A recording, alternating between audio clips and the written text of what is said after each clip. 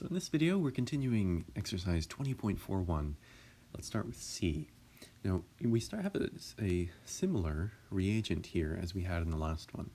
You'll notice that it's an alkane. And even if you don't look at the rest of the problem, if you just look at this, seeing an alkane, there's only one useful reaction that we can do with that, and that's adding a radical. We saw that in the last time. The other reaction that we can do here, which is not so useful, is to just burn this in oxygen, and that gives you carbon dioxide and water, just a typical combustion reaction, like you get when you burn wood or a candle, or lighter fluid or gasoline. But the useful thing is to treat it with NBS and light and to add the radical like we did in exercise B. So even though we have no idea what we're getting to, when you see this, there's only one possible reaction you can do. That's adding NBS and bromosuccinimide and light, and you would get the same product, but instead of just a hydrocarbon, you'd have the bromine there that you're adding from the N-bromosuccinimide. You can also do this reaction with Br2, just make sure you use light with that. So if you see it on a standardized test or something, like the MCAT, watch out for Br2 taking the place of NBS. Okay, well, that's one thing.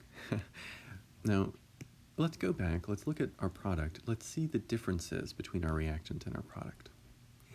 And the differences are just these two branches here. We need an OH on that carbon neighboring, and we need a methyl group.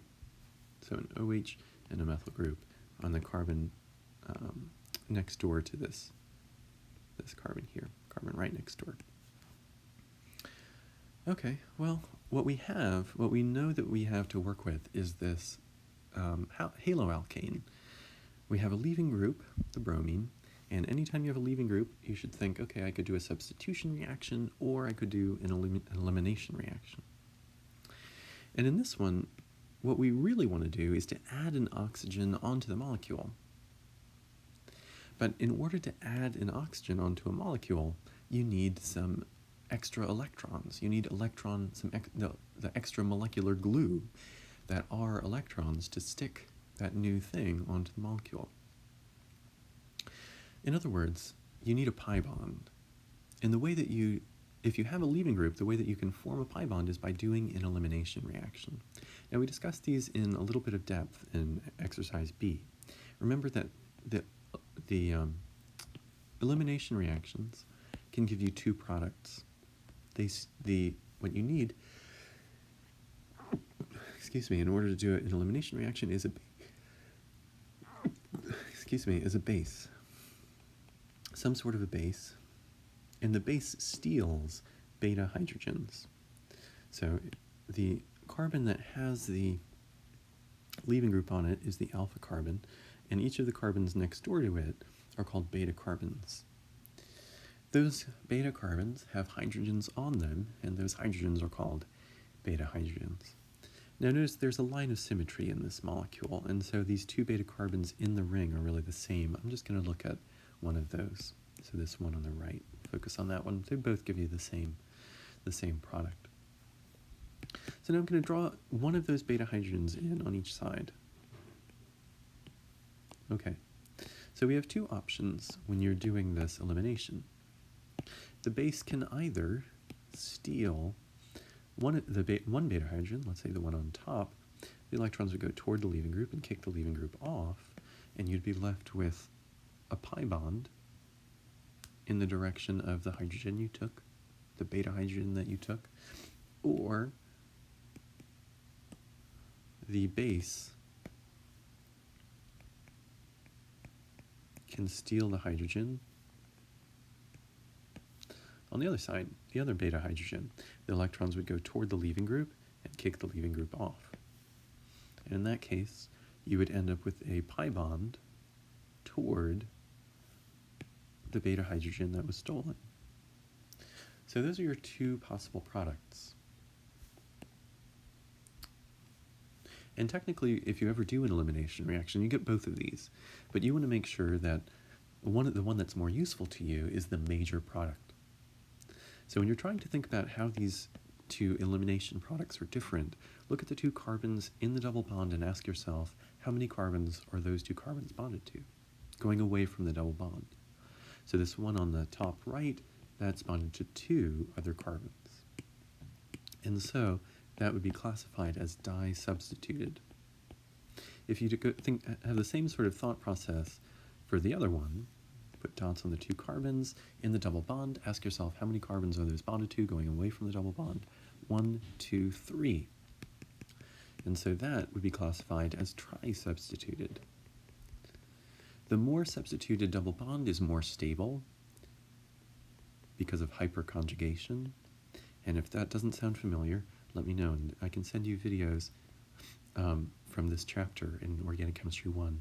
The less substituted product is less stable because there's less hyperconjugation. The p orbitals here are not able to bleed their electrons as much into one of the sp3 orbitals, which has many sp3 orbitals on the carbons next door. So here the pi electrons can spread out in 2 places through hyperconjugation. Here they can spread out through 3 places. The more they spread out, the more stable they are. Okay, well, the more stable one, the more substituted one, is called the Zaitsev product, and the less stable one, or the less substituted one, is called the Hofmann product. And you can control which of these you get as your major product by the type of base that you use. If you use a bulky base like potassium tert butoxide, and that would look like TBuOK. So you have a tert butyl group, an oxygen with a full negative charge, and a potassium to balance out the negative charge. So that's TBuOK. You can see this has a really bulky tail, and so it's going to take the hydrogen in the less crowded position, the hydrogen that's less substituted. And you can get this, so a bulky base will give you the Hofmann product as the major product. And a skinny base, and ones you should know would be anything like sodium hydroxide or sodium methoxide or sodium ethoxide. Those can all show up on standardized tests as skinny bases. Those can wiggle their way even toward a hydrogen that's in a more crowded area and give you the Zaitsev product as the major product. So we had a more extended discussion about this in the previous video, and also there are truly hours of videos I've made on this topic for Organic Chemistry 1. So I'm not going to focus on it too much in this video. The main thing you want to remember is that you use a bulky base like potassium tert butoxide to get the less substituted Hofmann product as the major product. And you use a skinny base like sodium hydroxide, sodium methoxide, or sodium ethoxide to get the more substituted Zaitsev product. Well, when we look at what we're ultimately trying to create, we see that we're creating things on the ring. And it's the Zaitsev product here that creates a double bond in that direction. Right? The Hofmann product creates a double bond going toward this little branch, which is unchanged from the beginning of the reaction. The change happens over here, and we can see that we get electrons in that direction from the Zaitsev product. So we don't want to use a bulky base. We want to use a skinny base.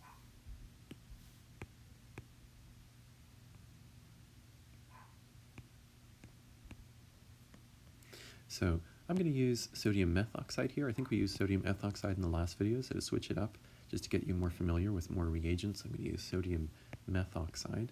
And what this looks like is sodium, which has a full positive charge. Oxygen has a full negative charge, right? The sodium has very low electronegativity, so it gives its electrons away to the very electronegative oxygen. And the Me is just standing for a methyl group. So that Me is just a CH3. So that's what that looks like. So if you treat this haloalkane that we made in the first step with a skinny base like sodium methoxide, then we end up getting this alkene, this Zaitsev alkene. Okay, well now we have a double bond there. We have some electron we have some extra electrons, some extra molecular glue that we can use to put something like this OH on the molecule. Remember that when you have an alkene, you can add H and OH in two ways.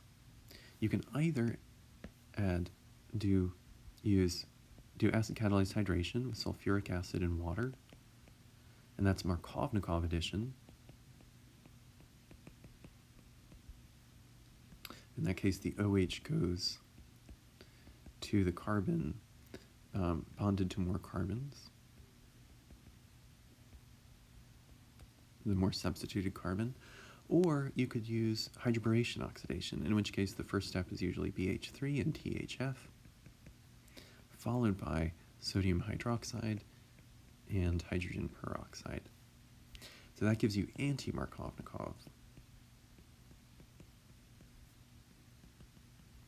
addition of H and OH. So the OH here goes to the carbon bonded to less carbons.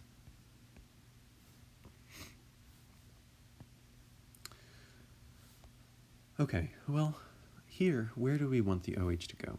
We want the OH to go to the carbon on the right. In other words, we want the OH to go to this carbon here.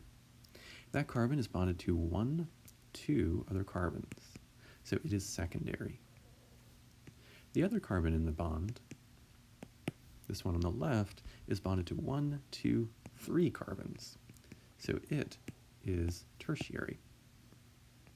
In other words, we want the OH to go to the less substituted carbon. If you want the OH to go to the less substituted carbon, the carbon bonded to fewer carbons, then you want to do anti-Markovnikov addition, and so the recipe we're going to use here is hydroboration oxidation. You will want to know and be able to use both of these recipes. Both of them can show up on a test question. But in this particular case, we're going to do anti-Markovnikov addition with hydroboration oxidation. So when you do that with that molecule, that will add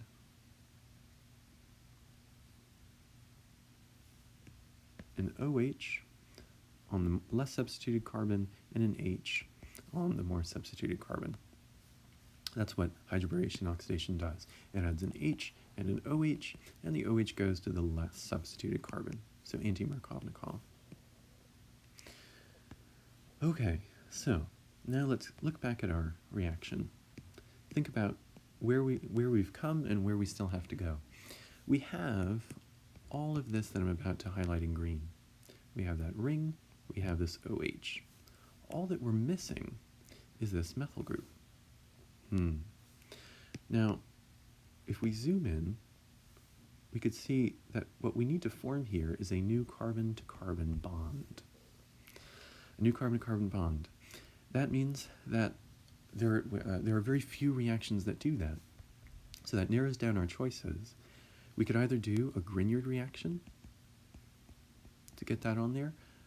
That forms a carbon-to-carbon sigma bond. We could do Diels-Alder. That would make a new ring.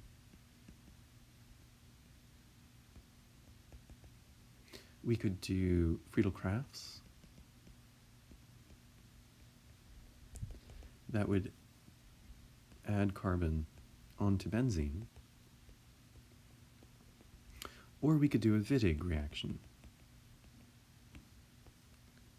which would create a carbon-to-carbon double bond. So those are our different options, and we can see that what we have here is just a carbon-to-carbon sigma bond. It's only one bond between those two carbons, and so our choice is going to be the Grignard reagent. We're not trying to make a new ring, we don't have benzene here, and we're not trying to make a carbon-to-carbon double bond. So those other choices are not going to be as relevant. We're going to use a Grignard reaction.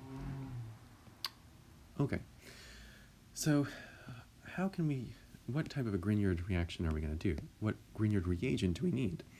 Look at the carbon chain you want to add, write that same exact group, so that's a CH3, and then just bond the carbon to magnesium stabilized by a bromine. So I'm drawing it this way. Just make sure the carbon and the magnesium are bonded to each other. You could do it the other way. You could have CH3, MgBr.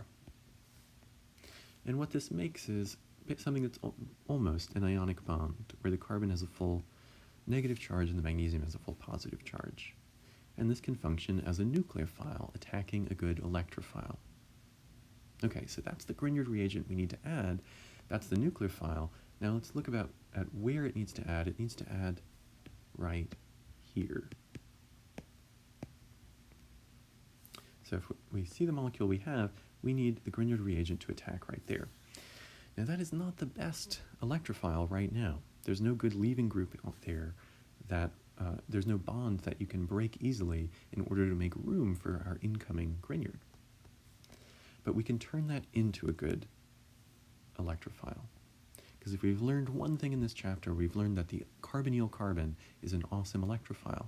And now, whenever you see alcohols, you should see the potential of them as aldehydes or ketones. You could turn alcohols into aldehydes or ketones by doing an oxidation. You turn this one bond to this oxygen into two, and it becomes an aldehyde or a ketone.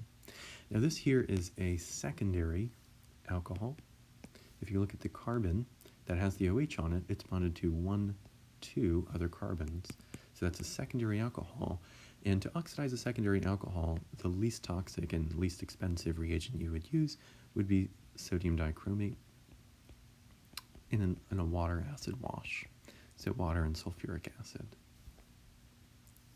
And that will turn that secondary alcohol, as we've seen in previous videos, into a ketone.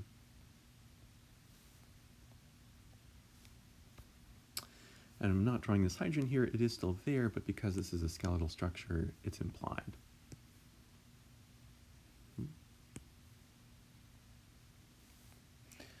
Okay, oxidation. So once we do that oxidation, we're really, really close. We can now have an awesome electrophile. The carbonyl carbon is a great electrophile. It is slightly positive. And the pi bond there is ready to break. So if you take that and you react it with our Grignard reagent,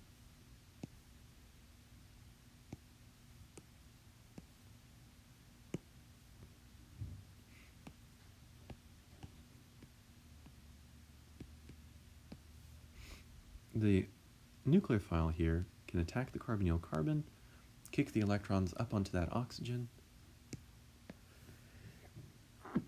excuse me, and what you'd have after that first step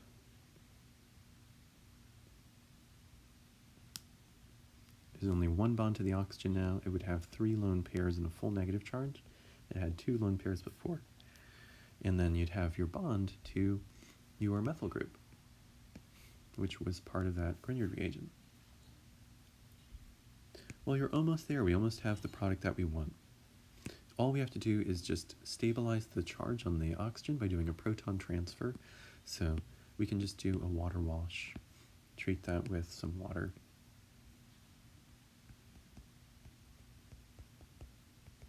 And this will exist in an equilibrium, really, where the negative oxygen steals one of the slightly positive hydrogens and kicks the electrons back onto the water.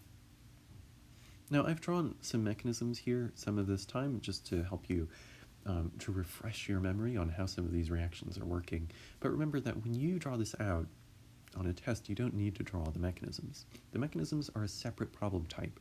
There will be other questions on the test where you do need to draw the mechanisms, step by step, showing every electron, showing how they all move, nucleophiles attacking electrophiles.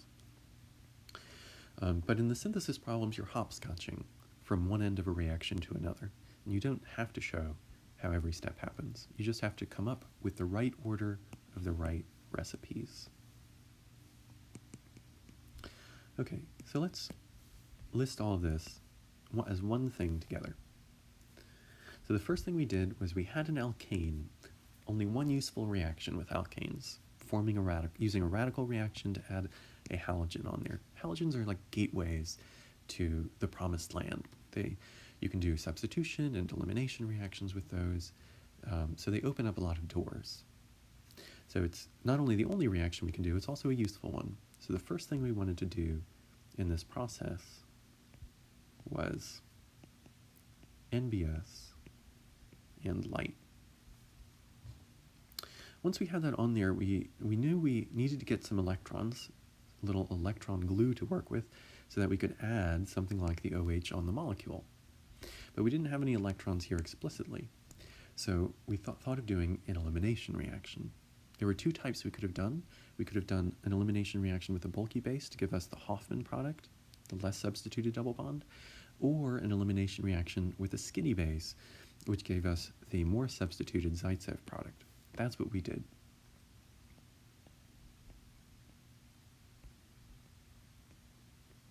Once we had those extra electrons, we could finally add the oxygen onto the molecule. Now it needed to go to the less substituted carbon in the double bond, and so it needed to be anti-Markovnikov addition. The way to get H and OH added onto a double bond in an anti-Markovnikov way is through hydroboration oxidation. So that's two steps. First, you use BH3 and THF, followed by sodium hydroxide and hydrogen peroxide. That puts our OH onto the molecule, but when we compared that with what we wanted, we still had to put a carbon onto this, add a carbon onto that carbon that has the OH. And so we knew we had to use a Grignard reagent. But in order to use the Grignard reagent, we had to create a good electrophile on that molecule. We did that by oxidizing that secondary alcohol into a ketone using sodium dichromate. So that's one step.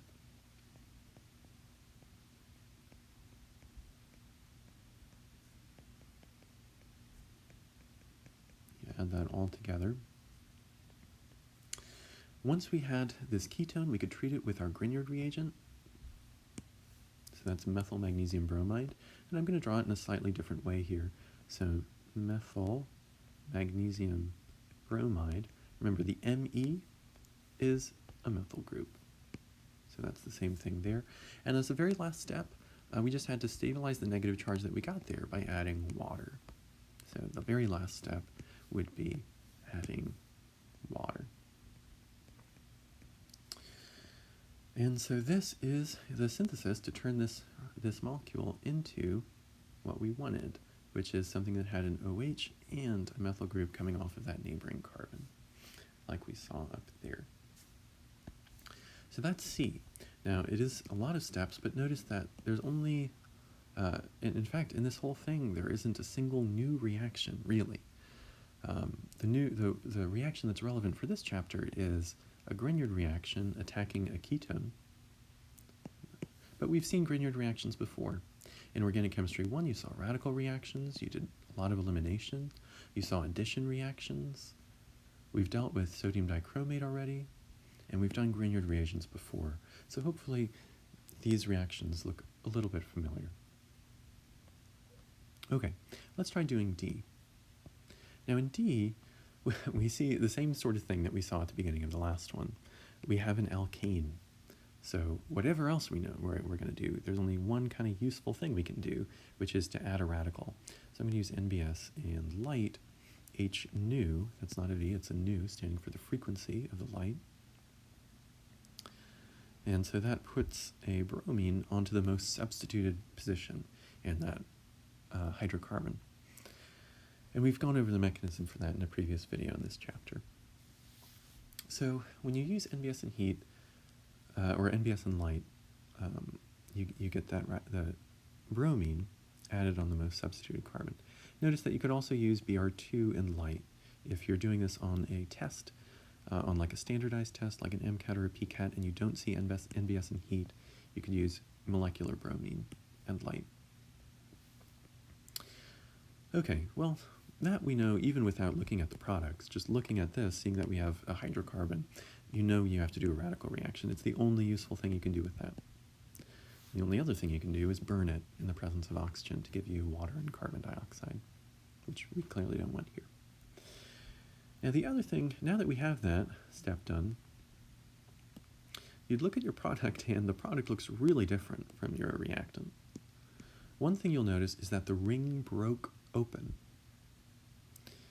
There's only one reaction that you would have learned that can break open rings, and that is ozonolysis. Remember, lysis means to break apart. Like when you draw the mechanism for the hydrolysis of acetals, you're breaking apart the acetal. In this case, you're breaking apart a double bond using ozone. So in this case, you have to have a double bond, and the recipe is first ozone, which is O3, and second DMS, dimethyl sulfide. So the ozone sort of sticks to the double bond, and the DMS takes it apart a little bit and helps to rearrange it. And what ends up happening is you still have the double bond, but in between you have oxygens inside of that double bond. Okay, well, we see a ring breaking open, and so we know we have to do ozonolysis. But in order to do ozonolysis, you have to have a double bond. And we don't have a double bond in our reactant, but we can form one. We can form a double bond by doing an elimination reaction. Now we saw in the previous example with the same exact molecule how you could either use a bulky base like potassium tert butoxide to give you the less substituted Hoffman product, or you could use a skinny base, and we use sodium methoxide. In a previous video we used sodium ethoxide. In this one, just for some variation, just so that you see all the different possibilities. You could also use sodium hydroxide, that's another skinny base, and that would give you the more substituted Zaitsev product. So those are two possibilities. Now let's think about which one of these can break open the ring. If we do ozonolysis with this Hoffman product, the less substituted double bond, that would cleave the double bond there. And the two pieces you'd have would be the ring still intact and a carbon outside of it, and both of those would have oxygens.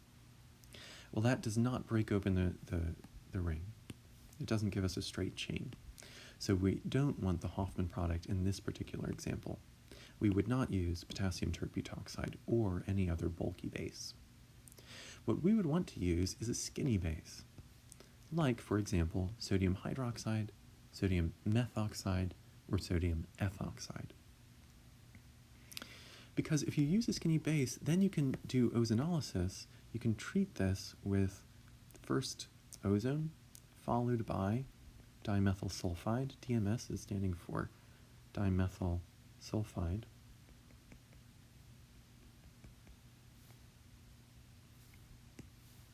That's what that looks like, DMS.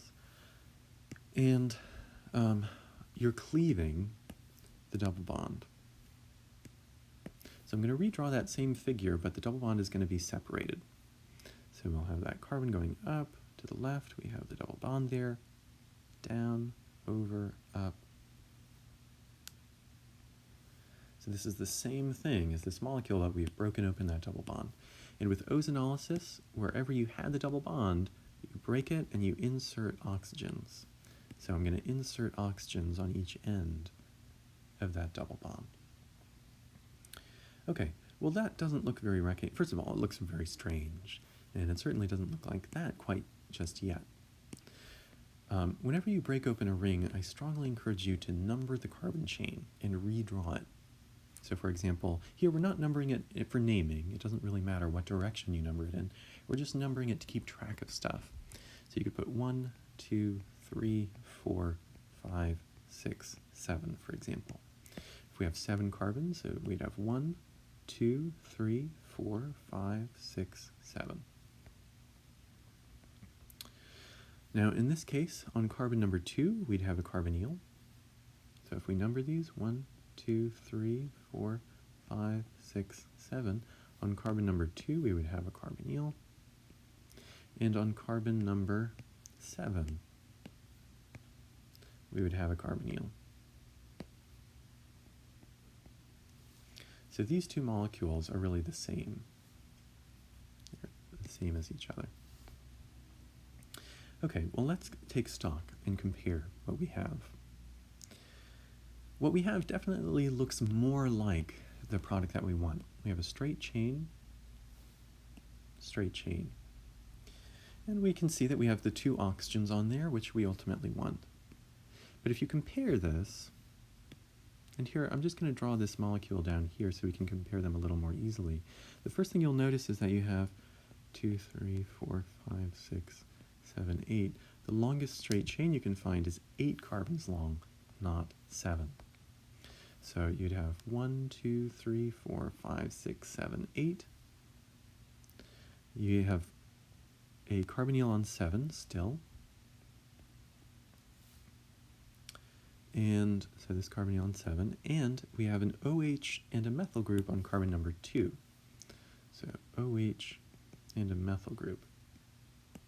So I'm going to put these numbers here below just so we can be really clear. So when we compare what we get after we do the ozonolysis to the product that we want, we notice a couple differences. The first difference is the presence of some carbon chains. We see that we have a methyl group here and a methyl group here that have added on to our molecule. That means that you had to form a new carbon-to-carbon sigma bond in multiple places.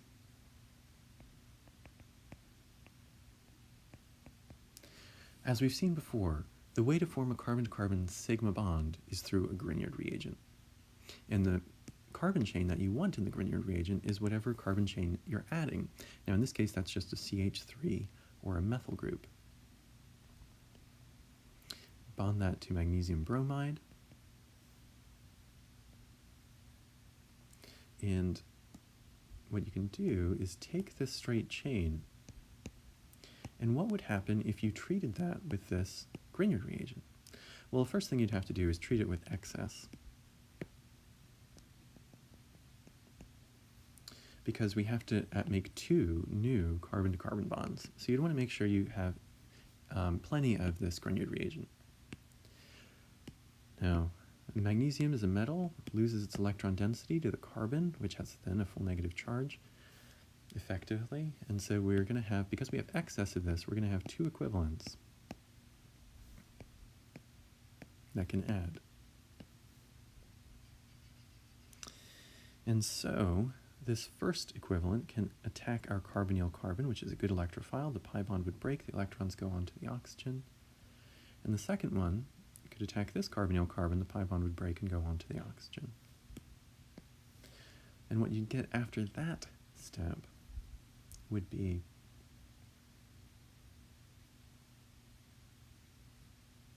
you'd have your methyl group here now.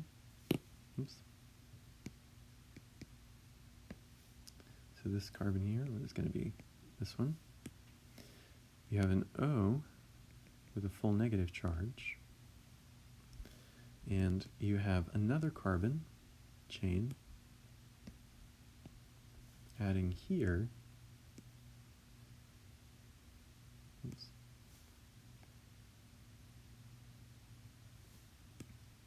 And what was an aldehyde will now be an oxygen with a full negative charge. So if you want to keep track of that, remember, if anything ever looks confusing, always number the carbon chain.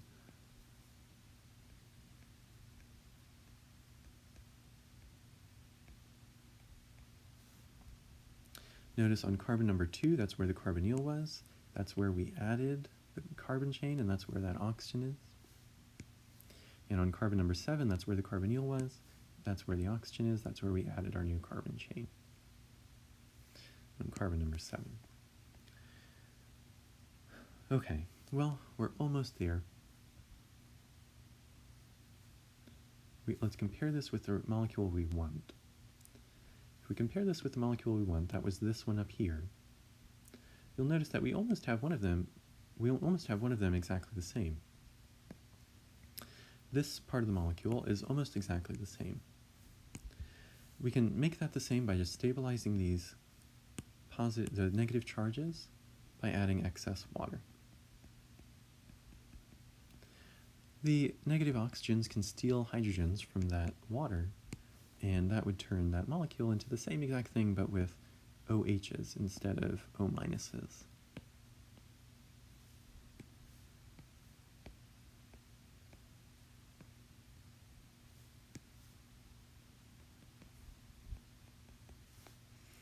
Okay, so again, comparing this with the molecule we want this up here, and that is really, really similar to this. The only difference is the carbonyl on carbon number 7. We just need to change that from having one bond to an oxygen to having 2. And we can do that through oxidation. Now this is a secondary carbon. It's bonded to 2 other carbons. And so we can use sodium dichromate in water and acid, and that will oxidize this. It'll take the bond to the hydrogen on this neighboring carbon. It takes those electrons, it takes those away, uses that to form a second bond to this oxygen. Notice that it does not influence the other alcohol, and the reason for that is because there is no hydrogen on this carbon. Remember that oxidizing agents take bonds to hydrogen and turn them into bonds to oxygen. If you were going to try to make a second bond here, you would need something to leave, right? Because right now, as drawn, this carbon in the middle has 10 electrons around it. There are no orbitals for that to fit in there. It only has 1 s and 3 p, so it can only hold 8. So you can't have 10, you can't have just this. Something would have to leave, and none of those things are good leaving groups. In fact, they're all bad leaving groups. Normally, the oxidizing agent will take a hydrogen away. It'll do a proton transfer to make room, but there's no hydrogen here, and so you cannot oxidize this alcohol. In other words, this carbon that has the alcohol on it is tertiary, 1, 2, 3. You cannot oxidize a tertiary alcohol. And so you treat this with a strong oxidizing agent, and it takes what you had as a secondary alcohol and turns that into a ketone. And the tertiary alcohol is completely unchanged. And that gives you your final product. That was ultimately what we wanted way back up here. So to recap what we did, the first step was to use N-bromosuccinimide and light. That put a bromine on the molecule. Then we had to do an elimination, because we knew that to break the ring open, we had to do ozonolysis, and ozonolysis requires a double bond. So we took the bromine as a leaving group and did an elimination reaction to create a double bond. We were careful to use a skinny base in order to get the more substituted Zaitsev product, because the Hoffman product, the one you'd get from using a bulky base, didn't break open the ring. So second step, skinny base like sodium hydroxide. You could have also used sodium methoxide or sodium ethoxide.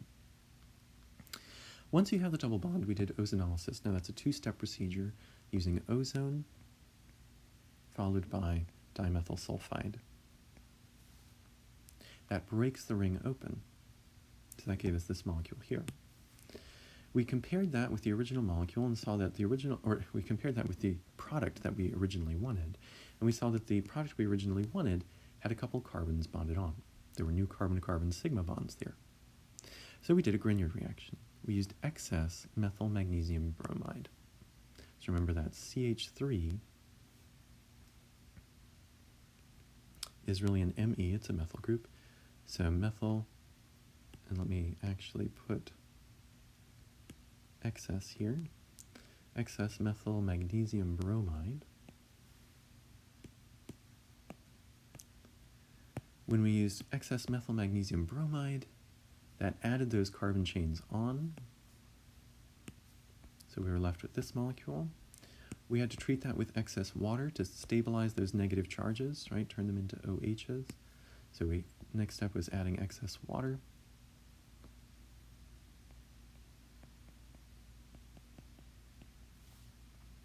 And finally, when we compared that, what we were left with there, to what we wanted, we saw that everything was the same except for this carbon on, the oxygen on carbon number 7. We needed that to be a ketone. So we used a strong oxidizing agent. Because it was a secondary alcohol, we used a strong oxidizing agent like sodium dichromate and water and acid to turn that secondary alcohol into a ketone, noting that a tertiary alcohol cannot be oxidized because there are no hydrogens that can be removed from the carbon, from that tertiary carbon. So our last step was to oxidize the carbon on carbon number 7 using sodium dichromate in water and acid. So these are your 7 reactions. Now almost all of these are all of these are older reactions that you've seen in previous chapters. You're just mixing them together now to create and work with these aldehydes and ketones. So radical reactions had their own chapter in Orgo 1. Elimination, using bases for elimination reactions, had their own chapter in Orgo 1. Ozonolysis was part of the addition chapter to alkenes. We've worked with Grignard reagents a lot, and that's really steps 5a and 6. And then this strong oxidizing agent we've seen before. For example, I think this semester we saw it for the first time when we did oxidations at the benzylic position. But you could see you could do it too. You could use it to strong oxidize. You can use it to oxidize things very frequently, even if they're not on the benzylic position. Okay, hopefully this thought process that we've explored through C and D helps you think through those synthesis problems a little bit. You'll see that a lot of the reactions really repeat. NBS and light, using a skinny or bulky base, oxidizing agents, adding H and OH. They just repeat in a different order to get different things accomplished. And so I'm going to leave this here. There's still a couple more syntheses in this for this problem, E and F. I'm going to save those for our last video so that the videos don't